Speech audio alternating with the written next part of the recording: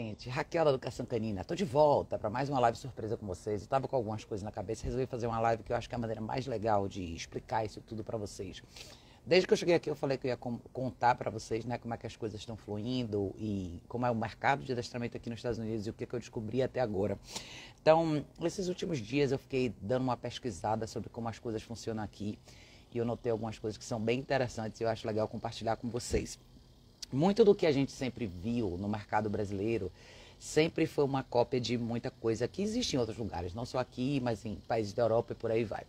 Então, eu estava pesquisando aqui, notei algumas coisas bem interessantes. Boa tarde, minha gente bonita, Isa maravilhosa. Que acontece?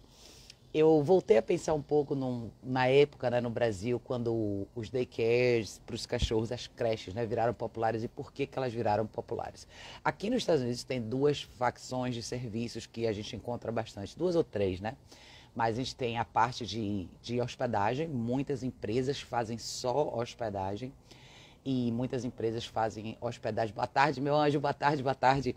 E muitas empresas fazem a ideia do daycare, que é a creche para cachorro. E eu acho super interessante ver como eles fazem o marketing do negócio deles de uma maneira muito similar com o que a gente vê no Brasil, essa maneira muito fantasiosa de dizer que é o lugar onde o seu cachorro vai ter tudo que ele nunca teve, é o lugar onde o seu cachorro vai brincar, é o lugar onde o seu cachorro vai ser livre, vai ter amigos e por aí vai.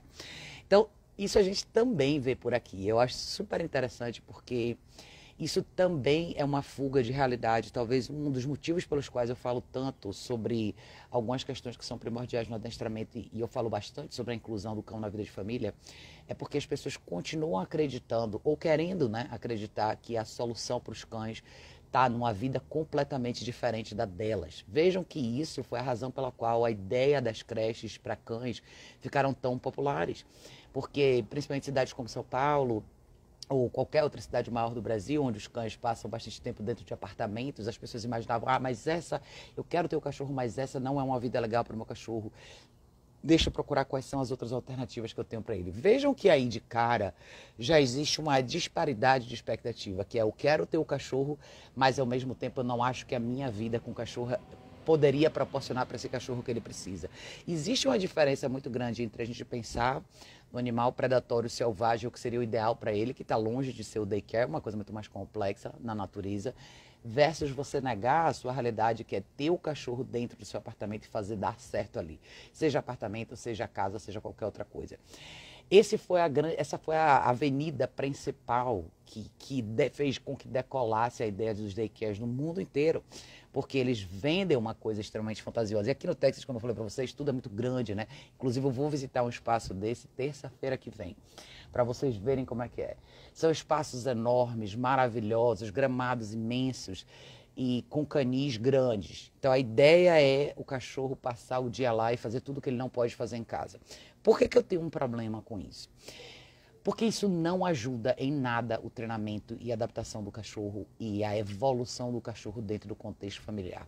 Sim, se você precisa hospedar o cachorro é uma coisa por conta de uma emergência, mas se você pensar nisso como atividade semanal ou coisas que o seu cachorro vai fazer sempre, veja que você está colocando o seu cachorro num cenário completamente diferente do seu para treinar coisas que ele nunca vai conseguir pôr em prática dentro da sua casa ou dentro da sua vida. Quando voltar, uma beleza. Pois é. Na verdade, assim, o mais irônico que eu acho é que esses são lugares que têm um espaço magnífico para treinamento. E boa parte desses espaços não tem um treinador lá. Vejam aí de novo, mais um gap, né? Quando a gente faz uma pesquisa de mercado, é importante a gente avaliar tudo. Os lugares que têm uma estrutura fantástica para treinamento não oferecem treinamento. Eles literalmente usam esses espaços inteiros para brincadeira e recreação. Isso não é diferente no Brasil, tá? A gente viu nos últimos 10 anos aí muitos espaços serem abertos para cães para brincarem, quando na verdade todo treinador olha para aquele espaço e baba e fala, meu Deus, quanto eu poderia evoluir com os meus cachorros no treinamento se eu tivesse acesso a esse espaço todo. Então, Eu já visitei um lugar desses antes. Dessa vez eu vou tentar ver se eu consigo filmar alguma coisa para mostrar para vocês. Mas isso é o grande antagonismo, né, do mercado de serviços para cães, eu acho, de forma geral. Porque não é um problema só do Brasil. É como isso é vendido. E aí a gente entra nessa parte ilusória da argumentação, que as pessoas acreditam que o cachorro precisa dessas brincadeiras, ele precisa desse espaço de recreação, que só Deus sabe como ele vai fazer essa recreação, mas o importante é que ele está livre. A ideia por trás desses espaços é liberdade. Inclusive os canis são bem grandes e tudo, e muitos deles não têm canis. Então, cadê que a Kisa falou? Mais adestradores migrantes para cá. Exatamente. A gente vê muito disso, né? Dos treinadores tentando ver nesse modelo de negócio uma forma melhor de ganhar dinheiro, e na verdade não é, tá? Não é. Eles cobram muito menos e o trabalho e a responsabilidade é muito maior. E eu acho que você coloca muitos cães em risco. Inclusive, uma coisa interessante, que quando eu liguei, porque você tem que... Normalmente todo mundo tem que ser assim em qualquer lugar decente, né? Mas você tem que agendar uma visita. A primeira coisa que ela me perguntou foi a raça dos meus cães. E se eles eram algum tipo de híbrido de pitbull, ou algum tipo de mix de pitbull, ou algum tipo de mix de rottweilers ou cães de raças fortes. Então, veja que interessante. Esses lugares, de cara, já têm suas limitações, para vocês verem que aí já existe o estigma das raças, que raças específicas não podem frequentar esses lugares.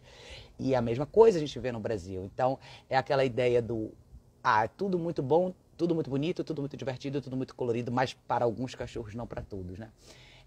O máximo que vai ser de treinamento nesses lugares é a gente. Exatamente. Aqui, inclusive, eu achei alguns lugares que eu estou marcando de visitar também, que são lugares que fazem atividades diferentes, principalmente tem bastante lugares aqui que fazem aula de pastoreio. Não só para cães, tá? Mas para outros animais também. Então, esses lugares são interessantes de ver, porque é uma coisa que a gente não vê no Brasil com tanta facilidade, porque a gente não tem essa disponibilidade de fazendas perto, principalmente quem está em cidade grande. Mas aqui tem muita. Então, eu estou marcando de semana que vem em todos esses lugares, o máximo que eu puder ir, para filmar e mostrar isso para vocês. Parece ter alguns lugares bem bacanas que fazem aulas de pastoreio, que são bem legais, bem interessantes.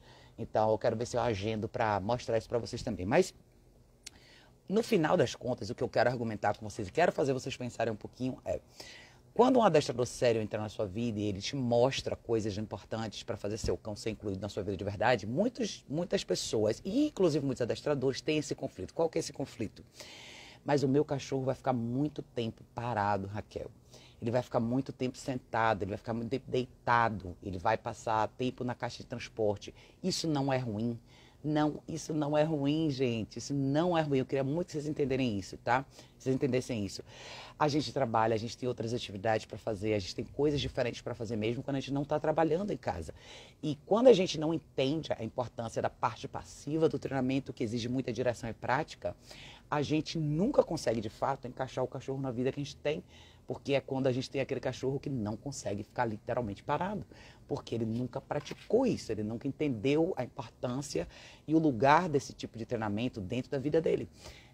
Giovanni falou, tutores buscam seus cães cansados e acham que isso é essencial para eles. Exatamente.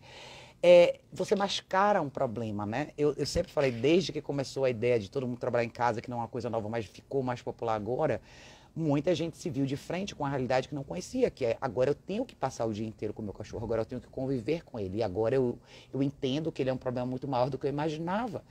Eu acho muito legal quando vários adestradores conseguem mostrar esse lado das coisas simples do dia a dia, que vão fazer com que o seu cachorro não precise ir para lugares como esse, e você não tenha que gastar esse dinheiro com isso. Não é pelo dinheiro só, não. O dinheiro é uma parte dessa equação, mas eu acho que a parte mais importante dessa equação é você, de fato, entender o que beneficia o cachorro de verdade. Você acha realmente que o seu cachorro vai ficar num lugar desse o dia inteiro correndo e brincando porque ele quer, ou ele vai fazer isso porque ele não tem outra alternativa a não ser constantemente se mover, porque o cenário por si só é caótico? É lógico que ele vai ficar cansado, é muito mais cansativo psicologicamente falando do que fisicamente, porque boa parte desses espaços os cães nem saem de lá.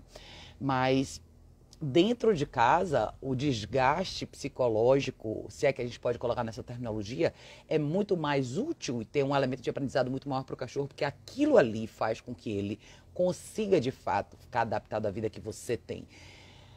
Essa ideia que o cachorro tem que constantemente se mover e tem que ficar solto o tempo inteiro, não abala só os donos de cães. Eu conheço profissionais da área que têm esse problema também. Então eu quero muito que vocês pensem sobre isso, tá, gente? Eu quero muito que vocês avaliem essa alternativa, porque eu vou tentar mostrar isso mais para vocês na próxima semana, quando eu fizer essas visitas, para vocês entenderem de verdade como tudo isso funciona.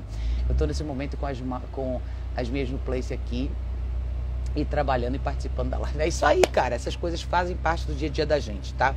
Ó, eu não vou poder demorar nessa live de hoje, gente, mas mais tarde eu volto pra gente falar um pouquinho mais sobre esse assunto. Mas esse assunto é um assunto importante. Esse assunto talvez seja o assunto primordial pra gente discutir. Pesquisa de mercado é importante, gente. A gente tem que ver o que acontece no mercado ao nosso redor, porque é aí que você acha os gaps. É um excelente lugar para fazer treinamento aqui, cara.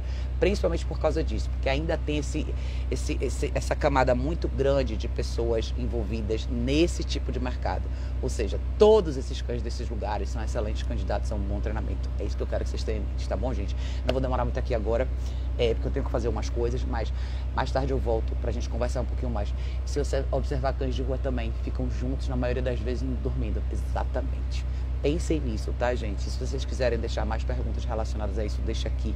De repente, mais tarde eu volto pra gente fazer mais uma live com vocês, tá bom? Beijo enorme.